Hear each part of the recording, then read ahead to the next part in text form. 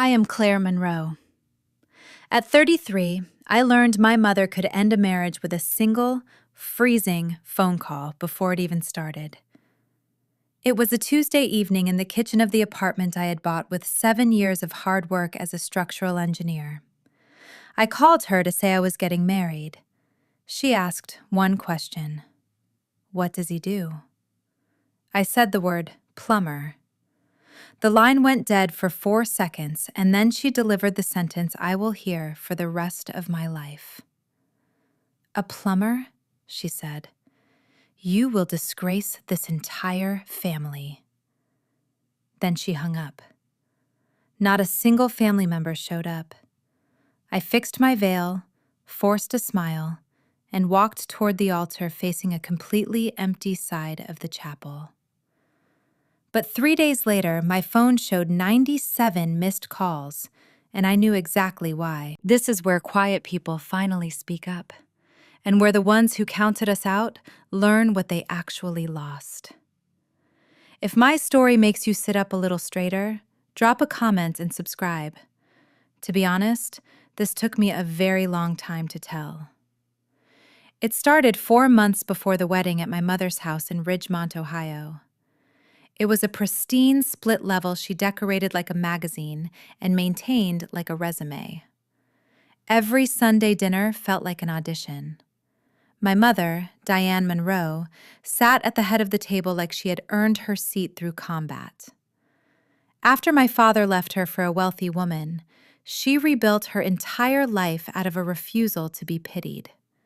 She starched the tablecloths, joined the garden club, and made absolutely sure her daughters married right. Or at least, she made sure one of us did. My sister Lauren had married Brad Pierce 3 years earlier at the Ridgemont Country Club. 200 guests, a 5-tier cake, a write-up in the local paper. That was the standard. That was the scoreboard. So when I opened the old cedar box my grandmother Fay had left me, and lifted out her wedding veil, things got cold. It was hand-stitched lace, yellowed at the edges, with 2 tiny initials near the temple, in thread so fine you had to hold it to the light. My mother did not call it beautiful.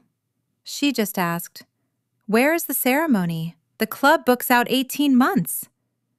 Lauren even offered to send photos of hers for inspiration. I ran my thumb across those initials, F.M. Monroe. Grandma had married a well-digger and stayed with him 47 years. I wondered what my grandmother had actually written in that thread. There was a tiny line of stitching I could not quite read, curling along the seam. I folded the veil carefully and said nothing, knowing some answers only come when they are ready. 2 weeks later, I called my mother to tell her about Daniel. I had rehearsed it in the car. Name first, then how we met. It was on a municipal water line project where his crew was laying pipe, and I was inspecting the load-bearing calculations for the overpass above. He was standing in a trench in steel-toed boots, reading a spec sheet, and he looked up and asked if the beam tolerances accounted for thermal expansion. Not many pipe fitters ask engineers about thermal expansion. That was the very first thing I noticed about him. The second was that he actually listened to my answer, but when I called my mother, she did not let me get that far. I told her his name. I told her we had been together for 14 months and that he had proposed on a Sunday morning over coffee. There was no ring yet, just the question. And I told her I had said yes before he even finished the sentence. Then she asked what he did for a living. I told her the truth, that he had started as a pipe fitter's apprentice at 17 and worked his way up to running his own water infrastructure operation. But she only heard one word, plumber. Her voice dropped, ice cold. You will disgrace this entire family, she said. Then she hung up. Immediately I called back, but Lauren answered. She told me my mother could not talk right now. In the background, the television hummed with zero urgency. Lauren said my mother was upset, and honestly, she did not blame her. I asked Lauren if she would come to the wedding. She let out a short laugh and promised to call me back, but she did not. She finally called 4 days later while I was reviewing load specs at my desk. No hello. She told me my mother was not coming and that she would rather miss her own funeral than watch me do this. I laid my pen down. I asked if she had even met Daniel, or if she had asked a single question about his work, his character, where he grew up, or what he cared about. Of course, she had not. "I do not need to," she said. "I know what a plumber is." That was the moment I hung up on her. In 33 years, it was the first time I had ever ended a call on my sister. That evening, I drove to Daniel's place, a 3-bedroom house he had bought outright, no mortgage, in a quiet neighborhood south of the city. Inside, everything was solid and clean, nothing flashy. On the fireplace mantel, between trade journals and a photo of his crew, sat a small, dull brass pipe coupling about the size of a fist. I had noticed it before but never asked. That night, I picked it up. It was heavier than it looked. "What is this one?" I asked. Daniel was slicing bread at the counter. He did not look up. "First thing I ever fixed that held," he said. "A crawl space in a duplex on Route 9. He told me he was 17 at the time. The pipes had leaked for 2 months, and 3 older guys could not get the joint to seal. He said it so casually, like saying he had tied his shoes. No drama, just a fact. I put the coupling back. I did not ask how big his company was because that did not feel like the right question yet. My Aunt Ruth was the one who finally explained my mother. Ruth was Diane's younger sister, 64, a retired school nurse who lived alone in a modest bungalow. She drove up the Saturday after I broke the news, sat at my kitchen table, and drank 2 cups of black coffee before saying a word. Then she told me a story I had only heard in fragments. She told me about when I was 5 and Lauren was 8, the year my father left. He did not leave gradually. One Thursday, he was at dinner. The next, he was in a condo on the east side of town with a woman named Patricia, who owned a chain of dry cleaners and a house that made our split level look like a storage unit. Ruth told me the town was not kind about it. Mom's friends whispered. The garden club went quiet when she walked in. One woman at church even asked if she had seen it coming. Ruth's voice got low. Your mother spent 5 years being the woman everyone pitied. She swore on your grandmother's grave that her daughters would never be looked down on. Lauren's lavish wedding was her ultimate proof. Every orchid, every place setting, every photo in the local paper was her way of saying, "We made it. We are no longer the ones you pity." Ruth set her mug down. Now you are marrying a man who works with his hands. To your mother, that is not a man. That is the whole town laughing at her all over again. I understood it then. I did not forgive her, but I understood. My mother was never trying to protect me. She was protecting the fragile version of herself she had painstakingly rebuilt out of starched tablecloths and country club invitations. I was just a wall she could not afford to let crack. On a Wednesday afternoon, I sent our wedding invitation into the family group chat. The thread was called Monroe Family. My mother had created it 3 years earlier, the week of Lauren's engagement, and it had been active ever since with birthdays, holiday plans, family photos, and garden club updates. I posted a photo of the invitation. Cream cardstock, simple font, Daniel's name and mine, the date, and the chapel on Sycamore Street. I typed, "We would love to have you there." The message showed as read by Lauren at 4:12 p.m., my mother at 4:14, and Brad at 4:21. No one replied. Not a word, not a thumbs up. I watched the screen for 2 hours. Nothing. The next morning, the group chat was dead.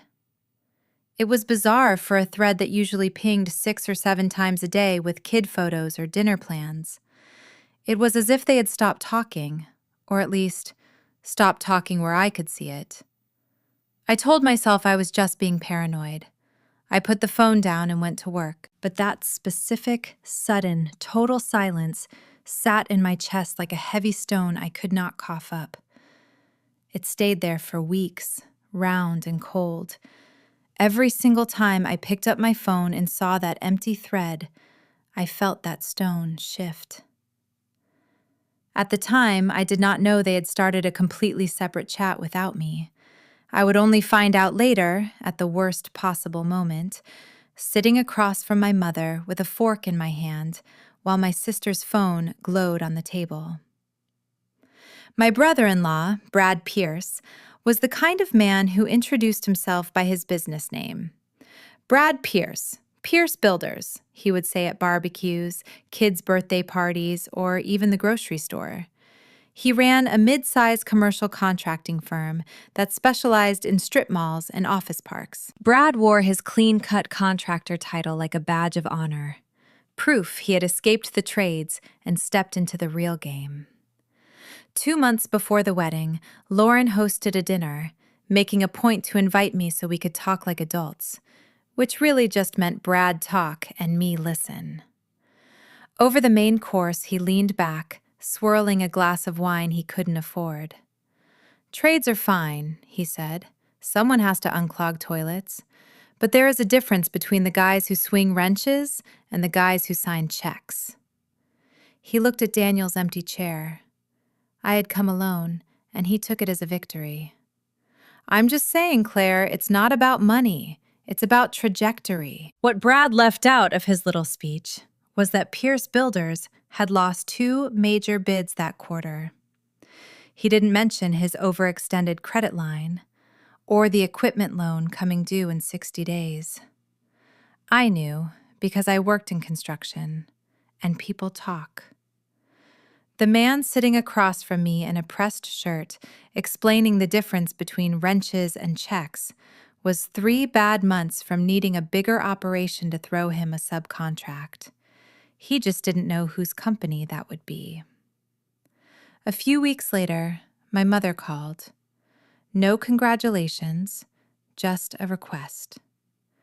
"When people ask what he does, you could say he is in infrastructure engineering," she said.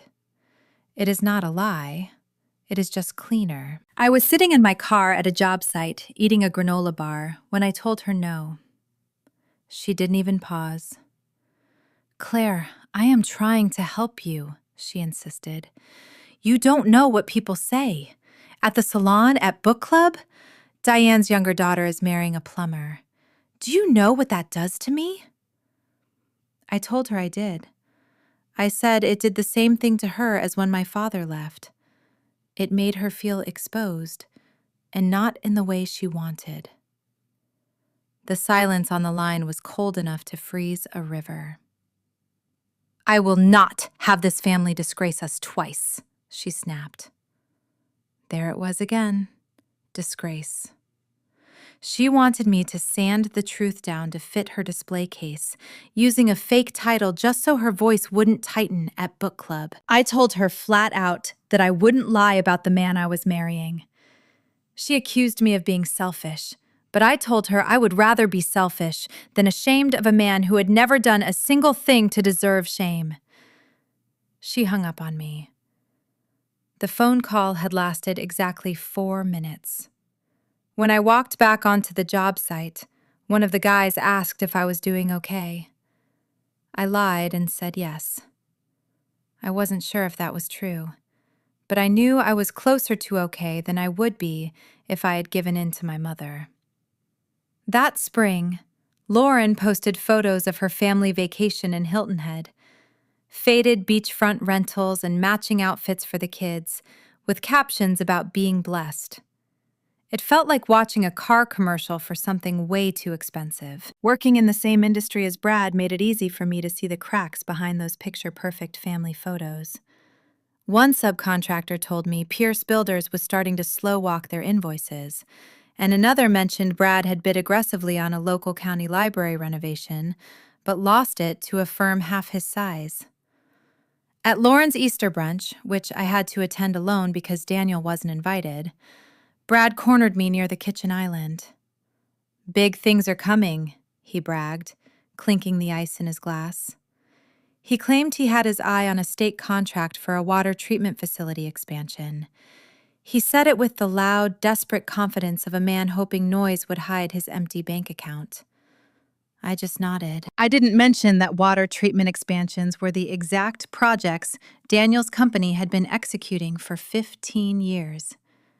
I didn't tell Brad that the state contract he wanted required bonding capacity his struggling firm simply didn't have. I just smiled and wished him luck. Right then, Lauren appeared at his side, her fresh lip gloss shining, and immediately shifted the talk to her planned kitchen renovation.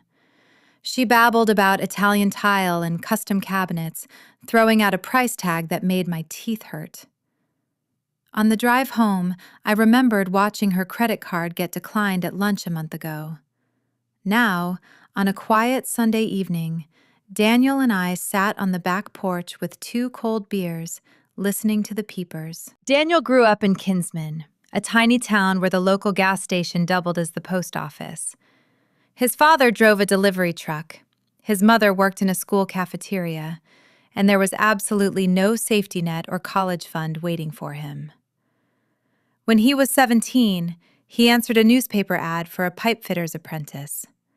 He spent his first 3 months squeezing into wet basements and crawl spaces so tight he had to breathe sideways. "I slept in my old car for 6 weeks," he told me, "until I saved enough for a room, then my own tools, and finally hired my first guy." He went inside and brought out the old brass coupling from our mantel, turning the green patinaed metal in his hands. "The duplex on Route 9, he murmured. He explained that the homeowner had been placing buckets under her kitchen sink for 2 months because 3 other plumbers had tried and failed to patch the leak. I was only 17 and didn't know enough to be scared, he said with a soft smile. So, I tore the whole assembly apart and rebuilt it from scratch. It took 4 hours, but it held. He placed the coupling on the porch railing, telling me it has been holding for 21 years. I picked up the heavy metal, still warm from his hands. I knew his company now managed municipal water contracts across Ohio and 2 other states, employing enough people to fill a small auditorium. But Daniel wore his success like his work boots. Functional, scuffed, and completely unpolished. In the quiet weeks leading up to our wedding, Daniel started stepping onto the back porch after dinner to take late-night phone calls. He spoke in that low, deliberate voice he always used when the numbers were massive and the timelines were incredibly tight. I caught brief fragments through the screen door, things like multi-state federal allocation and the big announcement. One evening, he walked back inside and sat down with a look on his face I had only seen once before, back when he landed his first major municipal contract 15 years ago. "Things might get loud around here soon," he told me. I asked what he meant, but he just shook his head, explaining he didn't want to jinx it. I let it be, trusting his quiet, careful rhythm. Around that time, a local news segment aired that I barely paid attention to at first. A reporter was standing outside a water treatment facility, talking about the crumbling, aging infrastructure across the Midwest. They explained that pipes laid down in the 1950s were finally reaching the end of their lifespans, and federal modernization dollars were pouring into public-private partnerships. The reporter posed the big question: which private firms were actually equipped to handle projects of this massive scale? I was folding laundry, matching socks, but I stopped when they showed a statistic. 43% of Ohio's water systems needed immediate upgrades within 5 years. I thought of Daniel on the porch and felt a shift. Brad lost that state contract exactly 2 weeks before our wedding. I heard the news through the industry grapevine long before Lauren could post a single word about it on social media. A colleague mentioned during a project meeting that Pierce Builders had been completely passed over for the massive water treatment facility expansion Brad had spent months chasing. The contract went to a firm with actual bonding capacity and deep municipal experience, while Brad's company didn't even make the shortlist. That very same week, Lauren canceled her grand kitchen renovation plans. She announced on Instagram that it was just a design change, but a mutual friend told me she had desperately clawed back her deposit on the Italian tile. To keep things afloat, Brad took out a high-interest, short-term loan against equipment he didn't even fully own yet. The man who had sat across from me, bragging about the difference between wrenches and checks, was now desperately using his physical tools as collateral just to cover his bad checks. I didn't feel any smug satisfaction. Instead, I felt that grim, heavy weight you get when you watch someone's scaffolding start to sway. You can see the math, you know exactly which bolts are missing, and you know they are too proud to ask for help until the whole structure collapses. Lauren's social media accounts went dead quiet. My mother sent a rare text saying Brad was having a tough quarter, but she asked nothing about my life. The family group chat I'd been kicked out of was probably buzzing, a busy digital room where I was no longer welcome. But I had other things on my mind. My wedding was in 2 weeks. My side of the guest list was shrinking, and Daniel spent every evening on the porch, talking quietly about something he wasn't ready to name. Then my mother invited me to lunch. Just me, girls only, she said, as if Daniel's exclusion were a fun tradition rather than a deliberate snub. She chose a fancy restaurant in Ridgemont, with cloth napkins and a wine list she knew by heart. Lauren was already seated when I arrived, her phone face down, the screen lighting up every few seconds with notifications she kept ignoring.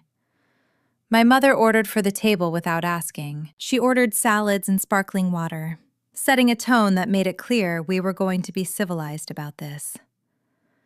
For 20 minutes, my mother gossiped about Lauren's kids, a neighbor's messy divorce, and some woman at her salon who had gained weight.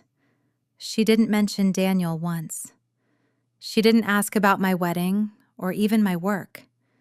Then, she folded her hands neatly and said, "Claire, I want you to know the door is always open.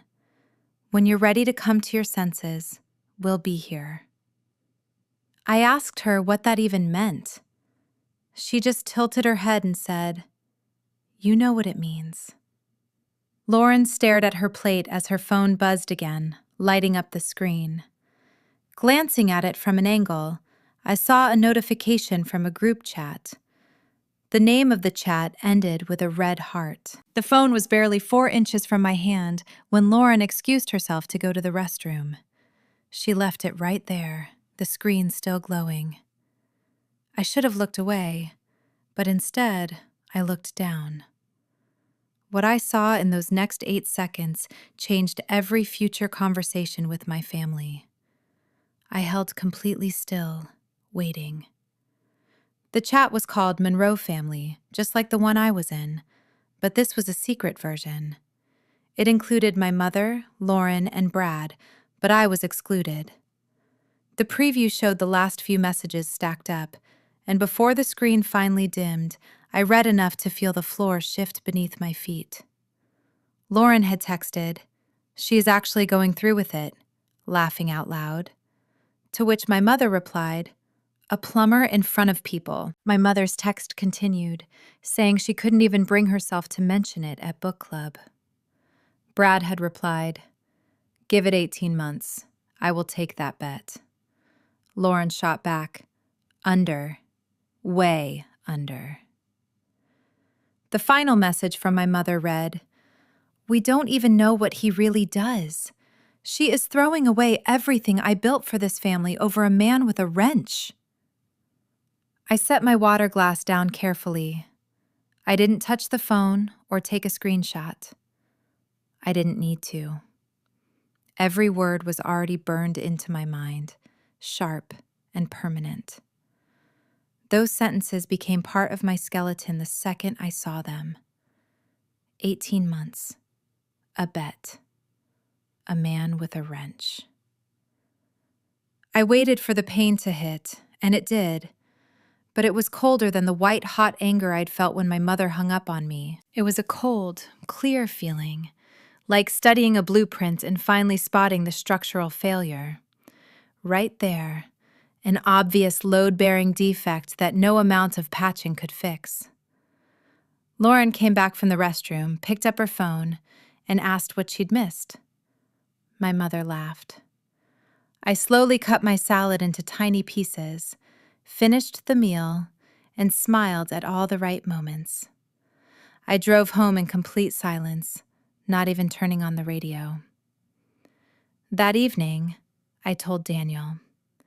He was at the kitchen table reviewing project bids, reading glasses on, a pen behind his ear. I sat across from him and described exactly what I'd seen, from the parallel chat and the bet to my mother's cruel words about a man with a wrench. Hearing this, Daniel slowly took off his reading glasses. He looked at me for a long moment, then reached across the table and held my hand. He said nothing for 30 seconds. When he finally spoke, his voice was quiet. "What do you want to do?" he asked. I had been asking myself that very question since my silent drive home. Should I cancel the wedding, call my mother, or confront Lauren? But every scenario ended the exact same way, with me desperately auditioning for people who had already decided I was a disappointment. I was finished. "Nothing," I said. "I'm done auditioning for people who already cast me as the understudy." Daniel squeezed my hand. He didn't offer to fix it, and he didn't suggest I write a letter or try to make peace. He didn't tell me they would eventually come around. He just held on tight. That night, lying in bed, I stared at the ceiling and thought about the brass coupling on our mantel. The first thing that held for 21 years. My mother's approval had never held, and my sister's loyalty was a joke. The only things in my life that held were the things I'd built myself.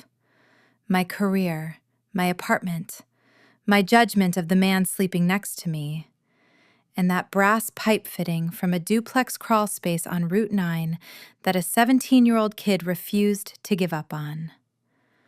The wedding was in 6 days, and I was walking down that aisle even if I had to do it completely alone. On a Saturday in late April, we stood in a small chapel with white walls and wooden pews. Daniel's side filled up quickly with his crew, childhood friends, and his mother, who flew in from Tucson. My side of the chapel had exactly one person. Aunt Ruth sat in the front pew in a blue dress she'd ironed that morning, clutching a vintage handkerchief she had kept since the 70s. Behind her sat 12 completely empty pews. I stood in the back dressing room alone, staring into the mirror. Grandma Faye's veil was pinned into my hair, its yellowed lace showing tiny initials near the temple. I ran my finger along the hidden line of stitching that I hadn't been able to read at my mother's lunch table. Now, in the brighter light, I could finally make out 3 tiny hand-stitched words that were almost invisible. Choose who stays. That was it. 3 simple words from a woman who married a well-digger and never once apologized. I adjusted the pins and smoothed the lace over my shoulders. I looked at my own face in the mirror and decided it was enough. When the coordinator knocked to say they were ready, I walked down the aisle alone, with no one to give me away. Aunt Ruth was crying. Daniel stood there in a gray suit, and when I reached him, he whispered, You showed up. I whispered back. So did you. We said our vows in front of 41 people, with only one sharing my last name. The ceremony lasted 22 minutes, and it was the best day of my life. Standing at that altar, with an empty side of the room, taught me a hard truth. To anyone listening, the people who refuse to show up always have a reason that sounds like it is about you, but it never actually is. If you have ever walked towards something good with empty chairs behind you, you are not alone. For 3 days after our wedding, there was only quiet. Daniel had a water main project starting Monday, and I had a development review on Tuesday. We celebrated by picking up pizza and eating it on the tailgate of Daniel's 12-year-old truck in our driveway. We sat in the dark, legs dangling over the edge, the cardboard box between us. I thought, this is exactly right. No champagne, no luxury resort, just a man who gets up before 5 and a woman who reads load calculations for fun, sitting on a truck older than our relationship. My mother would have hated every single second of it. The phone stayed quiet, and the group chat stayed dead. For 3 days, I let myself believe the hardest part was behind me.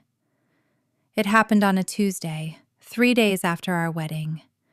I was on a job site, standing on the second floor of a half-finished parking garage, reviewing rebar with a contractor. Suddenly, my phone started vibrating wildly in my vest pocket. One buzz after another, a chain of notifications so fast the phone felt like it was trying to escape.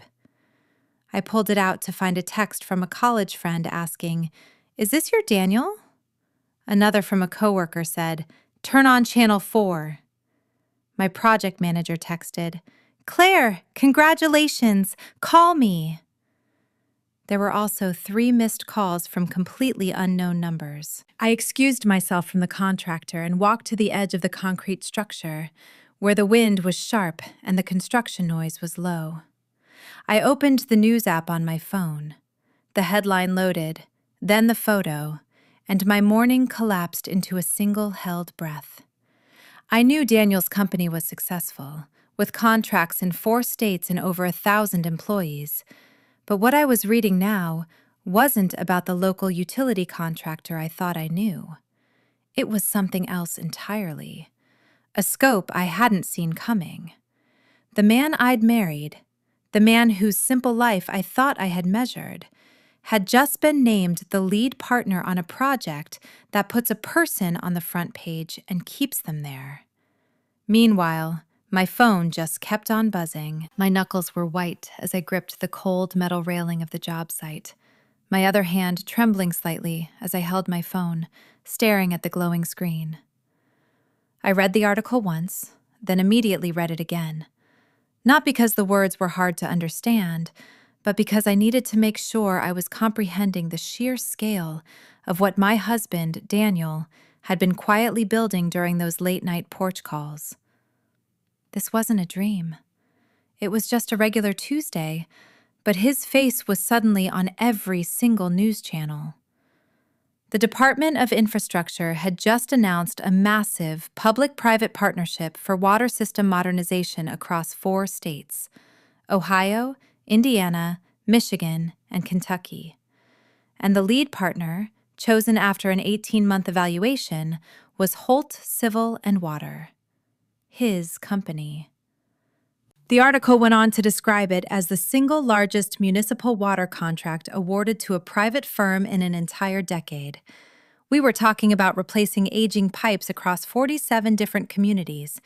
The total contract value was a number I still won't say out loud because, honestly, the money isn't the point here. But it was the kind of mind-boggling figure that instantly lands a person on every major news desk in the Midwest. It was the same news segment I had barely glanced at while folding laundry just days ago. That was a culmination of all those evenings Daniel had spent pacing the porch, talking about multi-state agreements and federal allocations. And the featured photo showed him, standing proudly in the lobby of his headquarters in front of a glass display case containing an old, dull pipe coupling. Underneath that old pipe coupling, a small brass plaque read, "The first joint that held Route 9, 2005. Daniel had mentioned once that his partner, Garrett, had mounted the original fitting years ago, but I never thought to ask why a piece of scrap metal deserved such a prominent spot in their lobby. Now I understood. It was the humble origin story of a business that had just been handed the infrastructure contract of the decade. My mother's mocking words from their secret group chat echoed in my mind. We don't even know what he really does. Well, now the whole world did. 97 missed calls on my phone. Not a single one of these people came to our wedding, but boy, they sure could dial fast once his face was on national television. Have you ever experienced that kind of fake love? Make sure to subscribe and stick around, because this next part is what I waited 6 long weeks to see play out. I drove home from the construction site in complete, heavy silence. My phone lay face down on the passenger seat, buzzing so continuously it sounded like a frantic small animal trapped under a heavy blanket. By the time I finally pulled into my driveway, the missed call count had reached 97. 97 times my phone had rung. My mother, my sister Lauren, her husband Brad, and Aunt Ruth, though Aunt Ruth was the only one I actually planned to call back.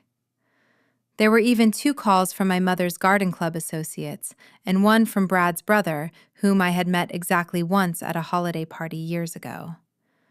The hypocrisy was absolutely staggering. I opened our family group chat, the Monroe family thread, which had been a desolate graveyard of silence for months. Now, it was a raging waterfall of messages. Brad had typed, "Incredible news. We should definitely get together. I have some great ideas for collaboration."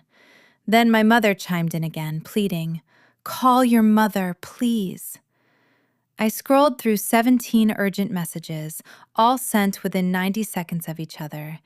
Every single one of them had arrived after 10:47 a.m., the precise minute the press release went live. Before that, the last message in the entire thread was my wedding invitation from months ago, which they had all read but completely ignored. I set my buzzing phone on the counter, staring at the empty mantel where the old coupling used to sit. In place of that old pipe fitting, Daniel had left a small, yellow sticky note. "Back late. Don't bother checking your voicemail. I love you." I actually laughed out loud at his protectiveness. I sat down at the kitchen table, right where we had happily shared a cheap boxed pizza 3 nights before, and simply let my phone ring itself to death. I did not answer a single call. It wasn't just because I was angry, though my blood was boiling, but because I knew exactly what every single one of them wanted, and it certainly wasn't me. 2 days later, my mother showed up at my front door without a single warning text. There she was, Diane Monroe, standing on my wet porch in her finest silk blouse, wearing freshly applied mascara and holding a warm casserole dish like a holy shield. She was breathing heavily, the distinct, shallow way she always does when she has spent the entire car ride rehearsing her speech. I only let her inside because the rain was pouring down. She sat stiffly on my couch, placed the casserole on the wooden coffee table, and immediately let her eyes drift to the empty spot on the mantel. I watched her brain calculate the room. "Claire," she began, her voice trembling with manufactured emotion, "I know things have been incredibly difficult between us. I know I wasn't perfect, but you have to understand that I was just terrified for your future. I was trying to protect you from making a mistake." I remained completely silent, giving her nothing to work with. "So," she pressed on, claiming she wanted us to be close again. I flat out asked her when, exactly, we had ever been close. She blinked, caught off guard, but pivoted with the smooth, practiced ease of a veteran driver changing lanes on an empty highway.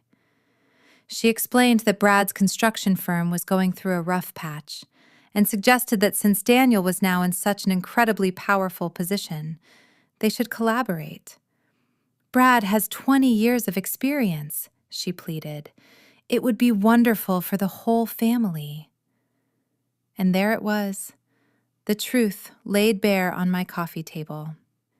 The cheesy potato casserole wasn't a sincere apology for skipping my wedding. It was an invoice. She didn't drive all the way over here because she missed her daughter. She came because she smelled money. My sister Lauren was the next to strike. The following weekend, she sent me a long text message packed with warm, affectionate words she had literally never used with me in her entire life.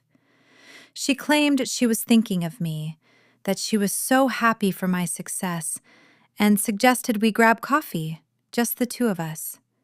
She even signed it with a digital heart, the very same emoji she had used in the secret group chat where they ridiculed my relationship.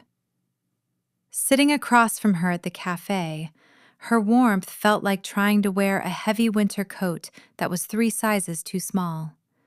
She complimented my hair, asked about my engineering job for the first time in a decade, and then casually slipped Brad's business packet onto the table. Lauren insisted Brad's crew did excellent finish work and claimed they would be a perfect fit for the residential phases of Daniel's massive water modernization project. I slowly stirred my coffee, looking her dead in the eye. I reminded her of her exact words from a few weeks ago, when she told me she would rather miss her own funeral than show up to my wedding. She flinched, but she was fast to recover. She always was. She brushed it off, saying she was just stressed out and didn't mean a word of it. I knew exactly how she operated, because she learned it from our mother. They say whatever it takes to close a business deal, smoothly rewriting history so that a cold transaction looks and feels like family love. Daniel leaned back. The dim porch light caught the hard edge of his jaw, and I noticed how incredibly tired he looked. It wasn't fatigue from his long work days, but from watching me silently carry this heavy emotional weight. "It is your family, Claire," he said gently. "Your call. I will stand wherever you stand." He didn't tell me they were wrong or right, and he didn't try to push me toward forgiveness, revenge, or some clever strategy. Instead, he gave me the one thing my family had always denied me: the simple right to decide for myself. For 3 days, I sat with that feeling. I went to work, came home, and watched this man who treated everyone exactly the same, whether they ran a company or unclogged a drain. I kept thinking about how to state the absolute truth. Not in anger, but clearly. The same way you calculate and state the structural load on a steel beam. This is what it holds, this is what it does not. And this right here is exactly where the failure line sits. The perfect opportunity arrived 6 weeks after our wedding, at an official ribbon-cutting ceremony. Holt Civil was launching their first major upgrade in a small Ohio town 30 miles south of Ridgemont. It was a public event with local press, 3 city council members, and state representatives. When I reviewed the official guest list Garrett had put together, my family's names were missing. "They will show up anyway," I told Daniel. He looked up at me over his reading glasses. "You think so?" I knew exactly why they did it. It all started when a tiny blurb appeared in the Ridgemont Register, mentioning my husband, Daniel Holt. In our county, local construction was my brother-in-law Brad's territory, and my mother, Diane, read that paper with the obsessive focus of a general studying field reports. Sure enough, she called me on Thursday, her voice bright and performative. Then my sister Lauren texted, saying Brad just wanted to say a quick hello. I did not reply to either of them. I did not have to. I knew they would show up in their finest clothes, ready to stand next to my husband and smile for the cameras, waiting for the perfect moment to ask him for a favor, a contact, or a contract. And they did show up, every single one of them. My mother arrived draped in her signature pearls. Lauren wore high heels that sank right into the dirt of the construction site, and Brad was sporting a sharp blazer with a stack of his business cards tucked neatly into his pocket. Seeing them there, I knew exactly what I had to do. The ribbon cutting was scheduled for 10 o'clock on a warm Saturday morning in early June. The venue was a cleared dirt lot next to the old water treatment facility. There was a makeshift podium, a few rows of metal folding chairs, and a bright red ribbon. I saw Daniel standing near the mayor, wearing the exact same gray suit he wore on our wedding day. Meanwhile, sweet Aunt Ruth sat in the second row, clutching her familiar handkerchief. My mother made sure to arrive 10 minutes early, gliding through the dusty crowd as if she were the host of a high society fundraiser. Her chin was held high, her smile was perfectly rehearsed, and her hand was outstretched to strangers she had never seen before in her life. I overheard her telling a local reporter that she was Daniel's mother-in-law, and that our family had always been incredibly proud of him. Right on cue, Lauren appeared at her side, with Brad hovering a few steps behind them. His eyes scanned the crowd like a hungry salesman looking for a target. He spotted Daniel's business partner Garrett first. I watched Brad eagerly extend his hand, introduce himself, and slip his business card forward. Garrett just shoved it in his pocket. Lauren quickly wedged herself next to me, looping her arm tightly through mine. It was a fake display of sisterly affection she hadn't shown since her own wedding day. She leaned in and whispered how amazing this all was, telling me I must be so proud of Daniel. I looked down at her arm resting on mine, and my mind instantly went back to their cruel group chat.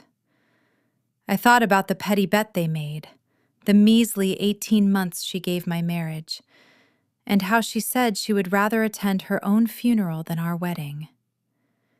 I just forced a polite smile and suggested we find our seats. During the ceremony, the mayor spoke for 3 minutes, followed by Garrett, and then Daniel stepped up to talk about hard work, never once mentioning money. Daniel did not say a word about the massive financial value of the contract. Instead, he spoke passionately about pipes, local communities, and the everyday people who rely on clean water without ever giving it a second thought until the taps run dry. The audience clapped warmly, and the local press snapped photos. When Daniel cut the bright red ribbon with those giant ceremonial scissors, the crowd let out a loud cheer. Afterward, during the reception over coffee and donuts, Brad finally made his move. He pulled me aside near the folding tables, his voice hushed and urgent. He begged me to put in a good word with Daniel so his company could land the residential subcontract work.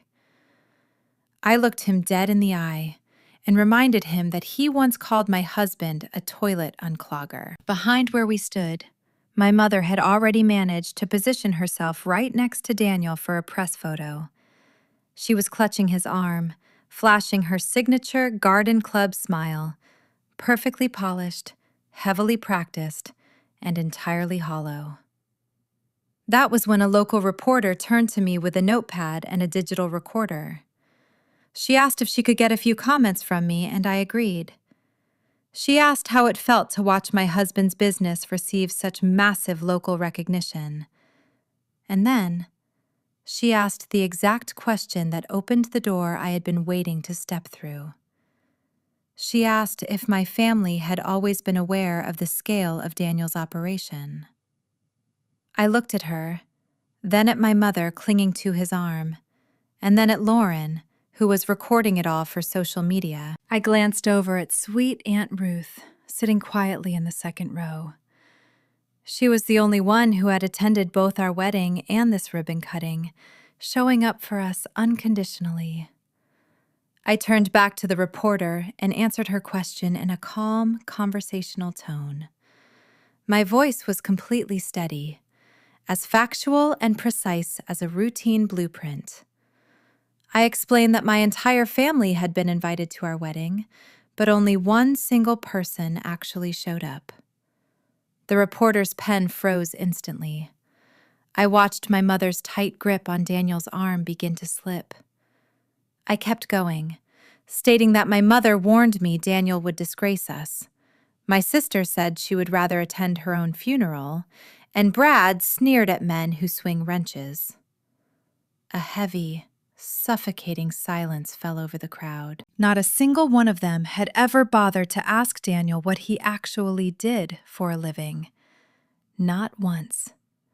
The very second they heard the word plumber, they made up their minds and closed their ears.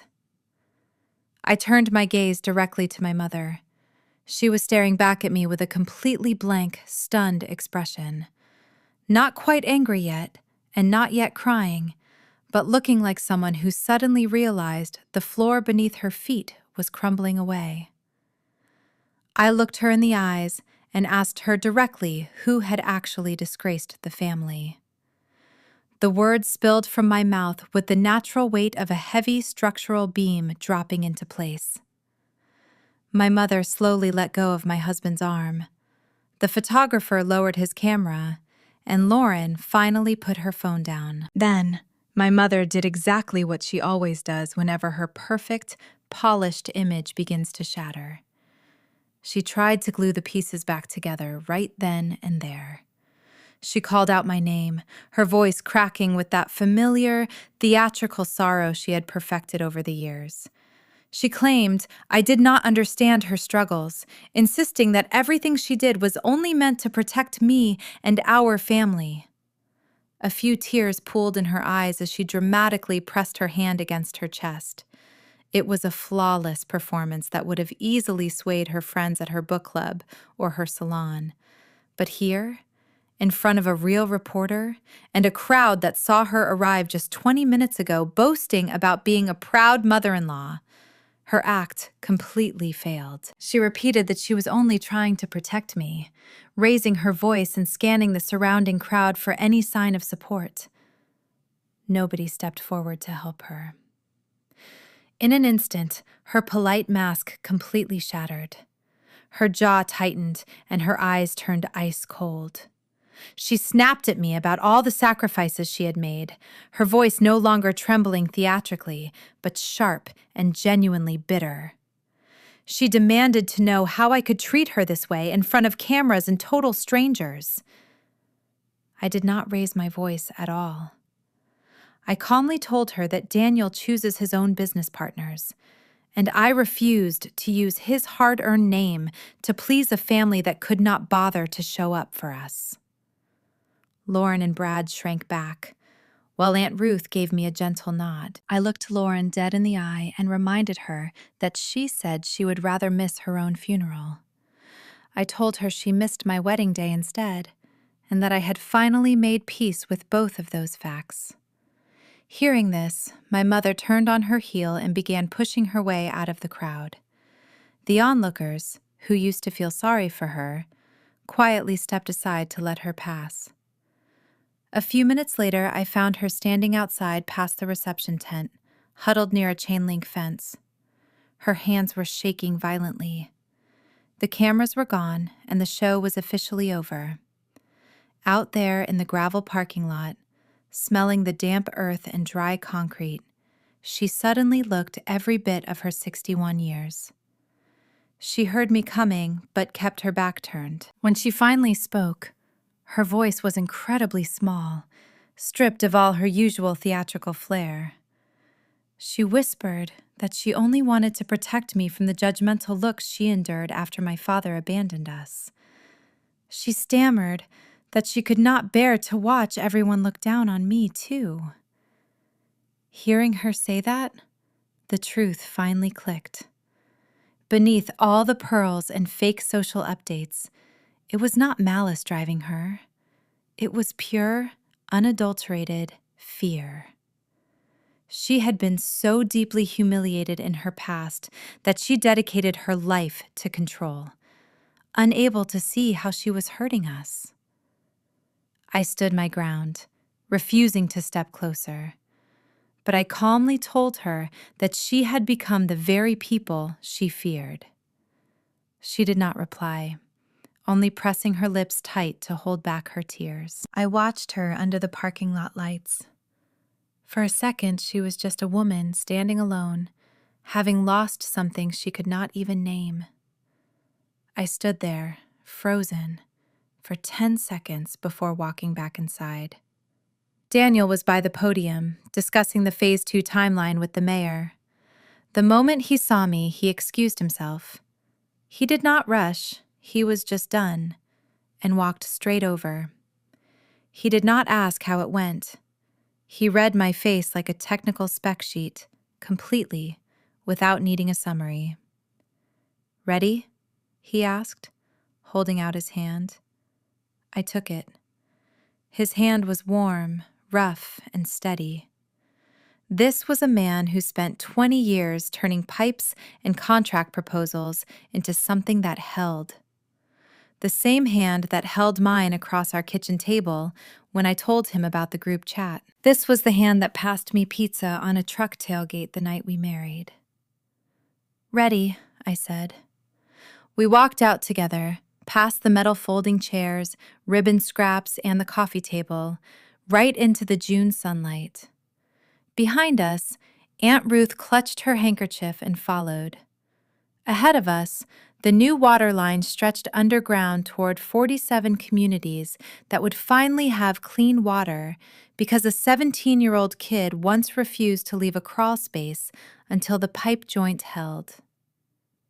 In the weeks that followed, I built a boundary the way I build any project, carefully, with clear specs and zero room for ambiguity. I did not cut my mother off completely, nor did I write a letter, post a statement, or tell the family what happened at the ribbon cutting. I did not need to explain. 20 people had been standing within earshot, and 3 of them had their camera phones out. I shifted to what I call low contact. I only answered my mother's calls on my terms, once a week, 15 minutes on Sunday mornings. I set one rule. If she mentioned Daniel's company, the call was over. It took her 4 Sundays to stop testing my boundary. Lauren and I texted infrequently. She never mentioned the ribbon cutting or the cruel group chat bet. But she stopped asking about business opportunities for Brad, which was its own admission. Brad did not get the subcontract, and it was not because Daniel blocked him. Daniel never even knew Brad had pitched it, because Garrett had simply filed his card and moved on. Pierce Builders did not meet the bonding requirements. The financial gap that cost Brad the water treatment contract before our wedding ruined his chances again. And there was no one to blame but the math. The following month, the local paper ran a feature on the modernization project. My mother's name did not appear. Daniel's did, and so did mine. Claire Holt, project engineer. I was featured in the sidebar about women and infrastructure because the reporter looked me up and found I had been engineering structure since I was 24. I earned that spotlight on my own merit, and that felt far better than any reflected family glory.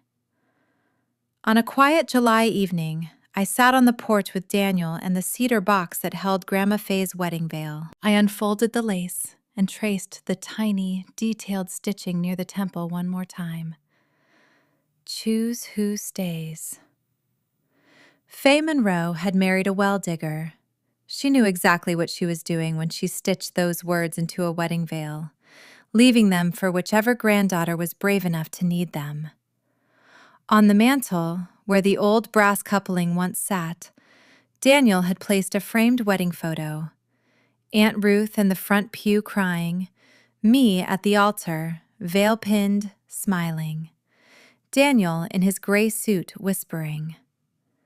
There was the one person who shared my last name, and the one person who was about to.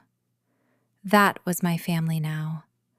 Not the one I was born into, but the one I chose, and the one that chose me back. Here is the only thing I know for certain after 33 years on this earth. The people who measure your value by a fancy business card will never understand the ones who would stand in the dark and hold your ladder at 2 a.m. So please, stop handing your worth over to anyone who only shows up when the cameras start rolling. That is my story. It is a story of one empty side of a room, one old veil my grandmother left me, and 97 missed calls that came 3 days too late. If this reminded you that the right person will show up long before they ever know what you are worth, then you need to hold on to them. And if someone you love needs to hear this truth today, go ahead and share it with them.